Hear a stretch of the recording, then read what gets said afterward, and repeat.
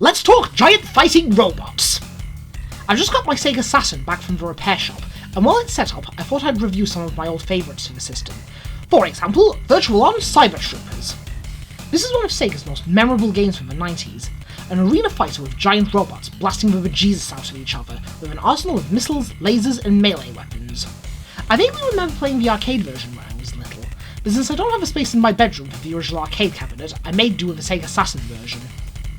The graphics are obviously not as good as the arcade, or the PC port, or the later PS2 release. Yet 3D graphics weren't really the Saturn's strong point. But the music in this game is amazing. The Waterfront theme has lived rent-free in my brain for decades. It's fast-paced, high energy, and it really pumps you up for turning your enemies into piles of scrap iron.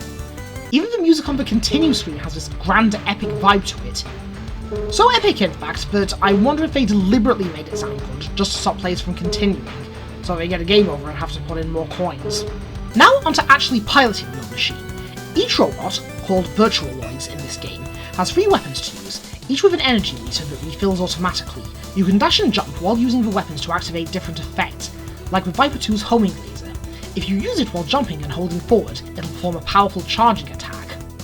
However, something I only just noticed while recording footage for this video is there seems to be a slight delay to the weapons.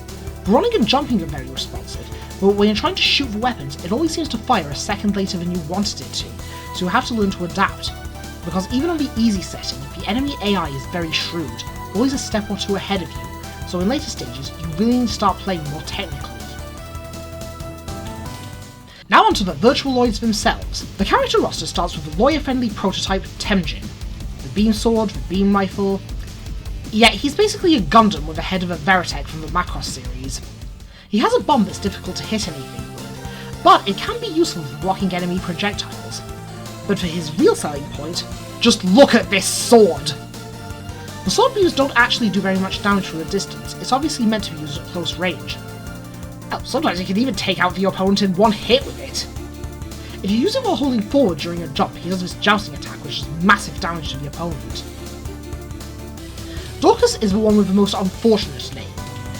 As Bart Simpson would call him, a Dorcas Malorcus. Though you wouldn't say that to his face when he's swinging his hammer around. Also his phalanx weapon that just blows everything up.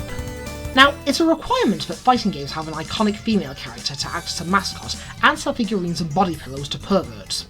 Street Fighter has Chun-Li, Fatal Fury has Mai Shiranui, and Virtual On has Fei Yen, a magical girl robot with pigtails and a maid motif. She's like a pink robot version of Candy from Fighting Vipers. So, in the game's world, who came up with this? Who decided to have a military war machine modelled to look like a J-pop idol? She has a hyper mode that activates when she's low on health. Flashy lights and sparkly sound effects giving off major Sailor Moon vibes. Even her station oozes with magical girl J-pop energy.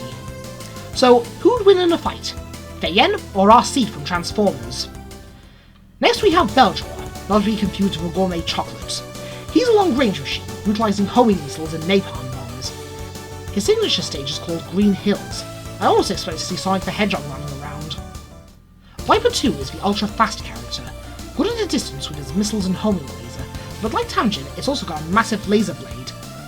I'd almost think it were compensating for something if I wasn't convinced that Viper was a girl. I mean, just look at those high heels. They look so impractical in an active war zone.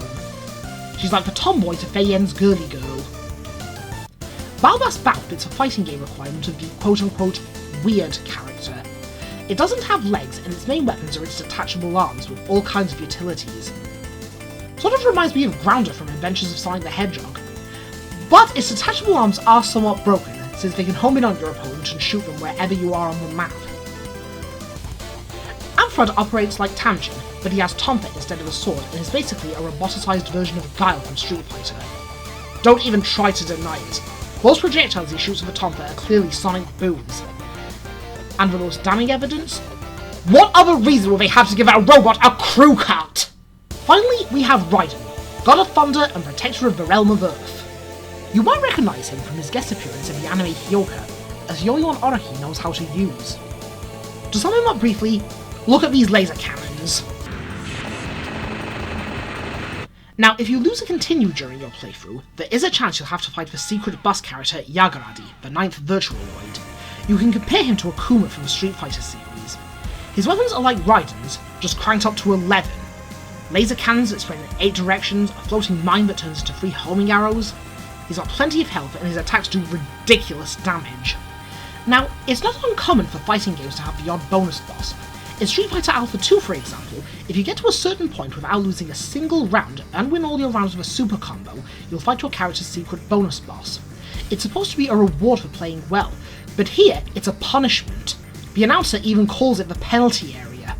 And you can't continue the single player campaign until you've defeated Yagoradi. Now, after each time you lose to him, he gets smaller and weaker, so eventually you will be able to beat him and continue, but it's obviously just a trick to get more coins out of you in the arcade. Then we have the final boss, Z-Ground. For some reason, it reminds me of Marvel's MODOK. A metal organism designed only for kicking butt! This walking weapons platform is one of the cheapest bosses in an AM2 fighter. You can only do chip damage until he turns gold, and then he starts taking normal damage, and that takes ages to happen. It's like he only becomes hittable when the game feels like it. The problem is, if you reach the end of a time limit on this boss, you lose automatically and it's an instant game over. It doesn't even give you the chance to try again. Some call it a special game over, some people call it a bad ending, but either way, it's bullshit. It's another cheap tactic devised to con you out of more money in the arcade. A boss that you can only damage at a certain time belongs in a Legend of Zelda game, not a fighting game with a time limit.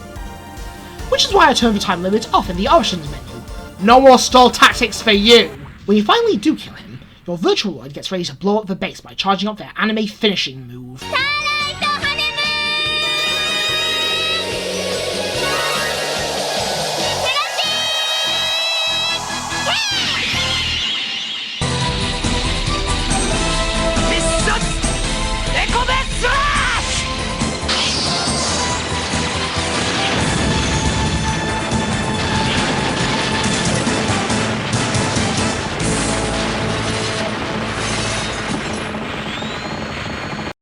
The ending is bittersweet. Soothing music plays as the remains of your mech float in outer space. Maria, this is what you wanted, right? This is my promise I made to you. Unless you're playing as Fei Yen, she safely returns to Earth in her energy bubble. The girl robot is the one that survives intact. A woke girl boss before Disney became obsessed with the idea. All in all, revisiting the game after all these years, I'm now more aware of its flaws. But it's still a good time. Still worth at least a 7 out of 10 and one of my favourite games for the Saturn. After all, it's hard to go wrong with giant fighting robots. Especially magical girl boss robots.